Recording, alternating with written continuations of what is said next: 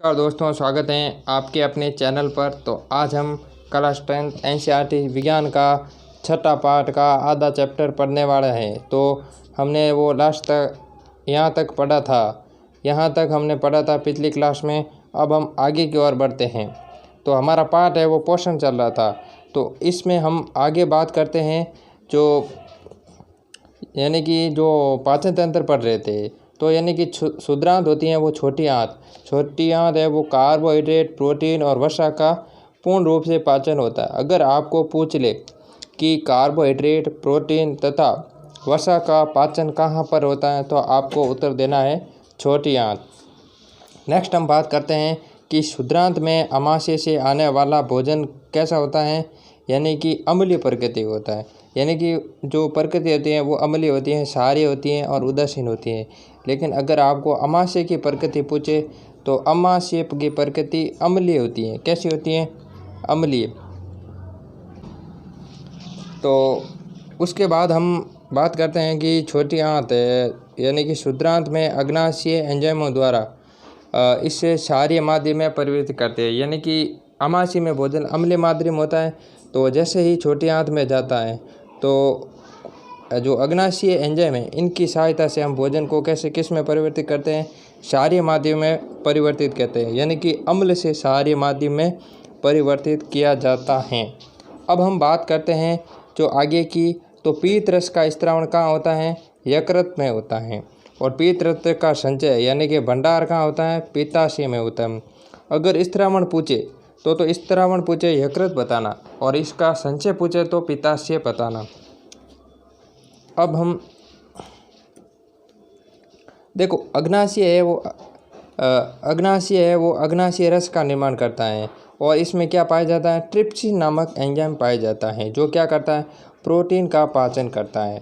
यानी कि जो अग्नाशय है अग्नाशय रस का स्त्रावण करेगा, और इसमें ट्रिप्सिन नामक एंजाइम पाया जाता है जो प्रोटीन का पाचन करता है। जिसे डायग्राम की बात करते हैं, यानी कि एक वो आहार नाल होती है, बहुत बड़ी होती हैं। जो पाचन आहार नाल के अनेक भाग होते हैं, जैसे कि सबसे पहले हम बात करते हैं मुख, फिर आएगी इसके पीछे की ओर होते हैं मुख गुहर।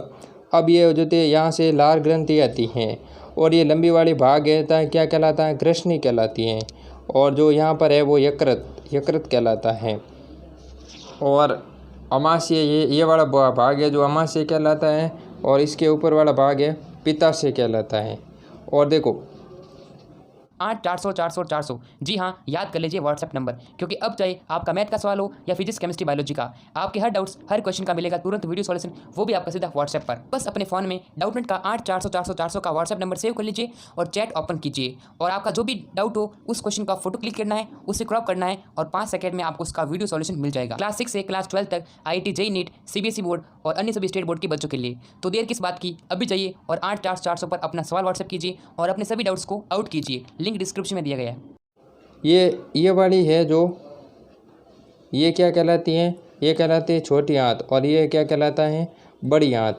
और इसके बीच में जो अंत में होता है वह क्या कहलाता है? गुद्दा कहलाता है। क्या कहलाता है? गुद्दा। ठीक है। अब देखो, क्षुद्रांत में जो छोटी आंत होती हैं, छोटी आंत में एंजाइम होता है, प्रोटीन होता है, अमीनो अम्लों को कार्बोहाइड्रेट और ग्लूकोज तथा वसा को वसीय अम्ल में परिवर्तित करता है। अब देखो, क्षुद्रांत है, क्षुद्रांत की आंतरिक सतह पर अंगुली के समान क्या पाया जाता है? पर्वत पाया जाता है, जिसे क्या कहते हैं? दीर्घग्राम कहते हैं। अब बिना पचा हुआ भोजन क्षुद्रांत में चला जाता है, और दीर्घग्राम इस पर्वत में जल का अवशोषण कर लेता है। अन्य पदार्थ गुदा द्वारा शरीर से बाहर निकाल दिया जाता है। यानी कि जो अंत में जो होता है वो गुदा होता है। अब नेक्स्ट हम जो तंत्र हैं वो कौन सा तंत्र है? श्वसन तंत्र। यानी कि जो हम श्वास लेते हैं और जो परिक्रम जिस क्रिया माध्यम से होता है उसे क्या कहलाता है? श्वसन कहलाते हैं। क्या कहते हैं? उन्हें श्वसन कहते हैं।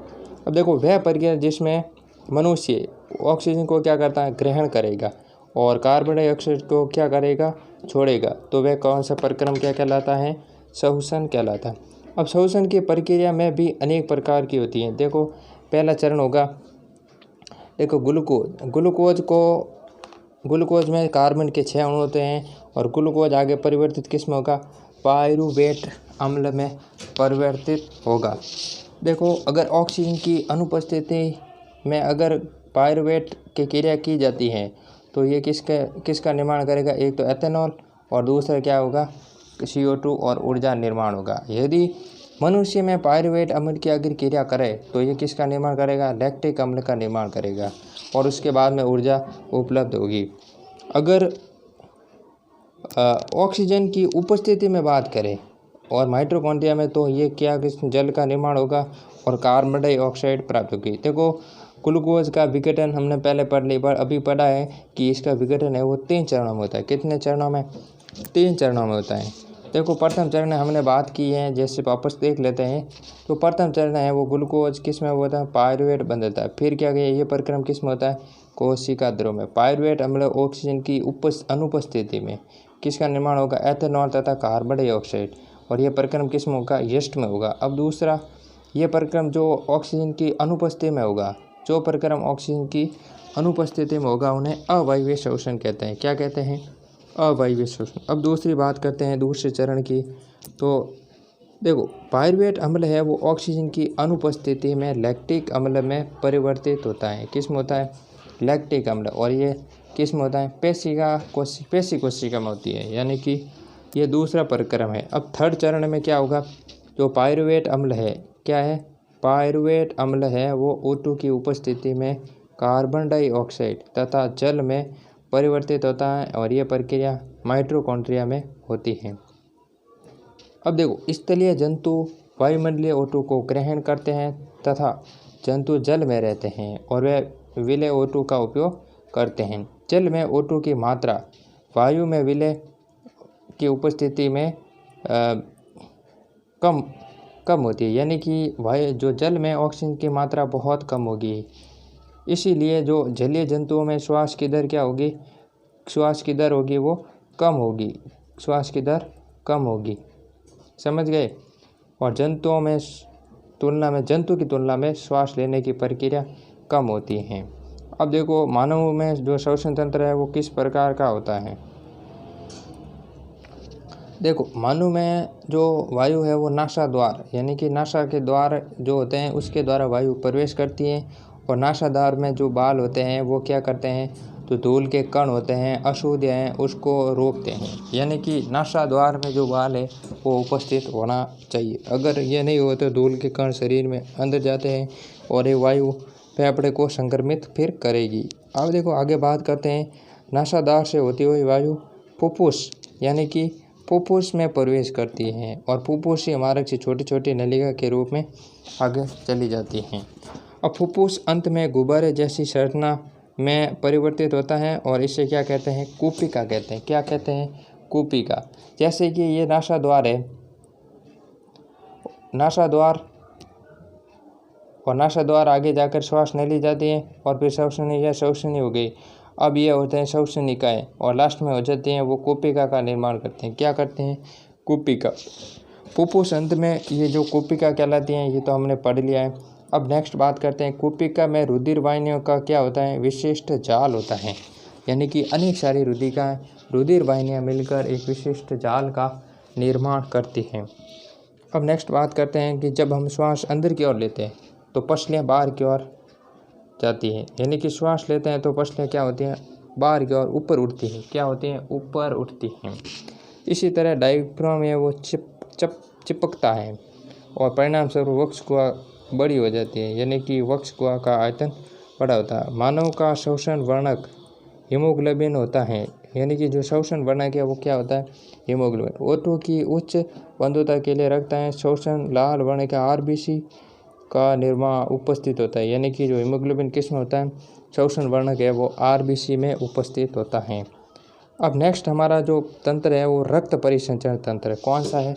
रक्त परिसंचरण, यानी कि जो रक्त का प्रवाह है वो किस माध्यम से होता है उसके बारे में पढ़ने वाले हैं। तो ये इस पार्ट की जो नोट्स की आपको अगर PDF चाहिए, क्या चाहिए? PDF चाहिए तो हमारे टेलीग्राम को ज्वाइन कर लीजिए, वहाँ पर आपको PDF मिल जाएगी और हमारी वेबसाइट को विजिट कर सकते हैं, वहाँ पर भी इसकी PDF डायरेक्ट दी जाएगी। वहाँ से आप इस PDF को आसानी से डाउनलोड कर सकते हैं। अब देखो, परिसंचरण तंत्र में जो परिवहन का कार्य किसके द्वारा होता है? हृदय के द्वारा। यानी कि जो भी रक्त है वो एक माध्यम से दूसरे माध्यम या एक भाग से दूसरे भाग में जाएगा, वो हार्ट के द्वारा होता है। और हार्ट ये क्या होता है? पेशी अंग होता है। क्या होता है? पेशी अंगों का। और ये किसका आकार कैसा होता है? बंद मुट्ठी के समान होता है। कैसा होता है? बंद मुट्ठी के समान होता है।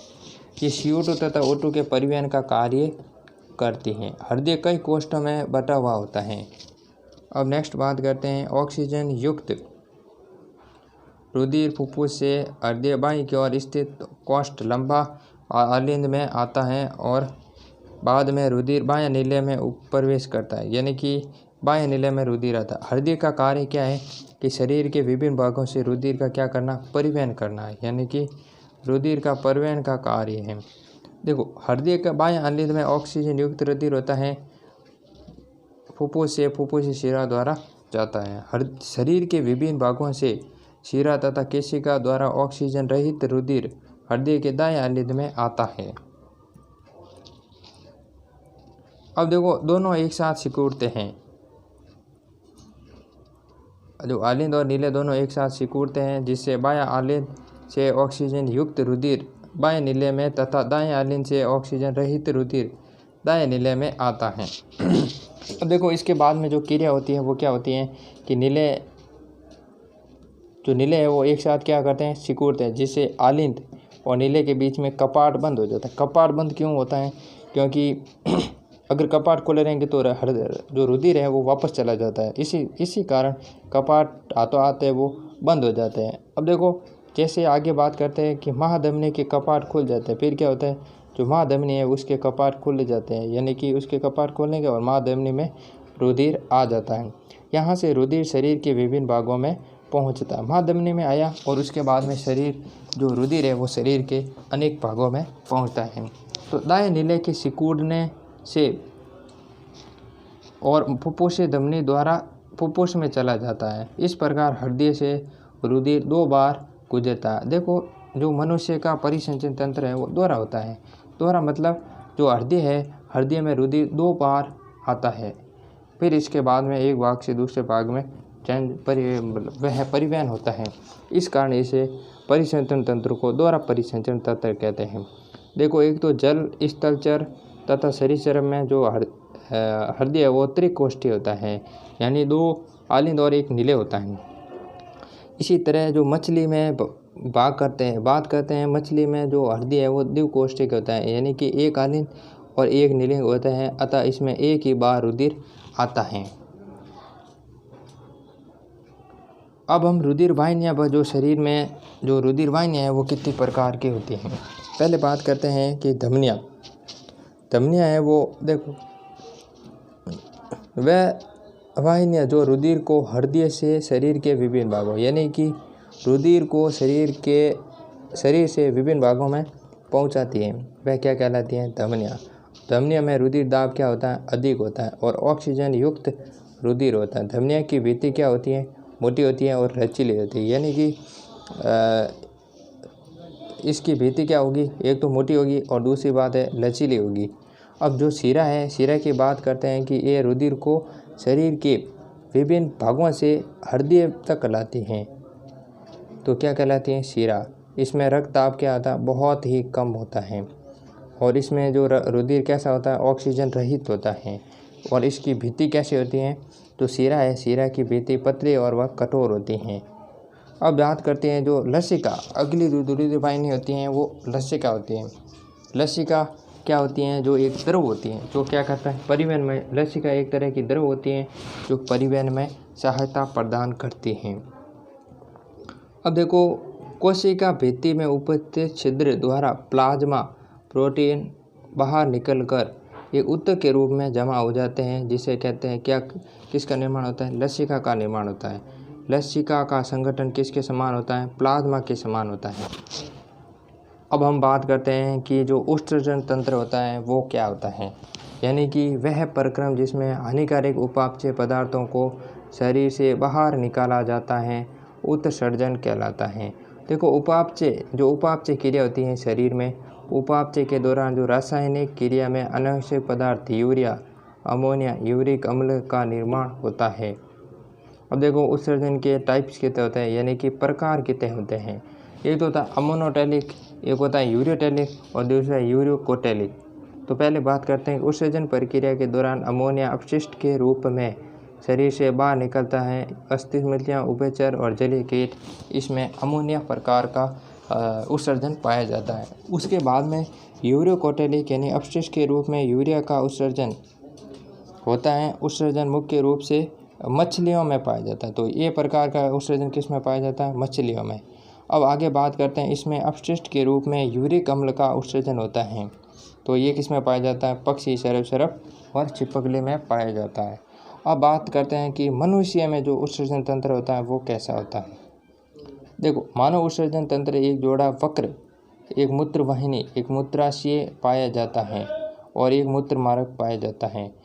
वक्र में मूत्र बनने के बाद से होता हुआ मूत्र मूत्राशय में एकत्रित होता है और ये मूत्रवाहिनी से होता हुआ मूत्राशय में एकत्रित होता है। मूत्राशय में एकत्रित होगा।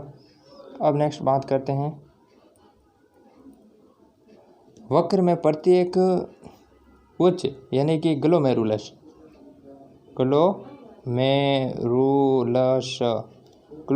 नलिका के रूप में आकार एक सिरे अंदर होता है। ये नलिका के छने हुए भाग को एकत्रित करता है, यानी कि एकत्रित कौन करेगा?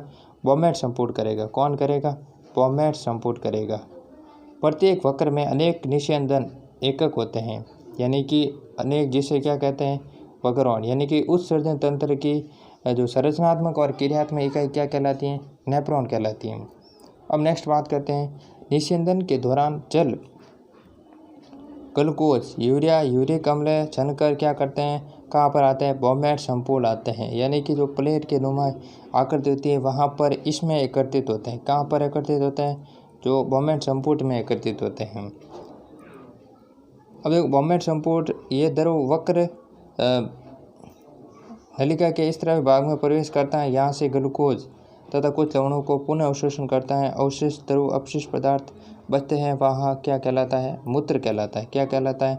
मूत्र कहलाता है। तो हमारा जो पार्ट नंबर 6 है साइंस का, एनसीईआरटी सिलेबस के अकॉर्डिंग पूरा आज हमने इस पार्ट में पूरा पढ़ लिया है। तो हमारा जो छठा पार्ट है वो कंप्लीट हो गया है और अगले वीडियो में हम अगले वाला जो चैप्टर है जो हमारे सिलेबस में दे रखा है वो पढ़ेंगे। तो इस चैप्टर में हमारा जो ये पार्ट कंप्लीट हो गया है। और वीडियो अच्छा लगा तो वीडियो को लाइक करें और चैनल को सब्सक्राइब करके बेल आइकन को प्रेस करें। और इस जो नोट्स की संपूर्ण पीडीएफ है, आपको पीडीएफ कहाँ पर मिलेगी? हमारे टेलीग्राम ग्रुप को ज्वाइन कर लेंगे तो वहाँ पर आपको पीडीएफ मिल जाएगी। और वेबसाइट पर भी आपको डायरेक्ट लिंक दे रखा है, वहाँ से भी ये प्राप्त कर सकते हैं।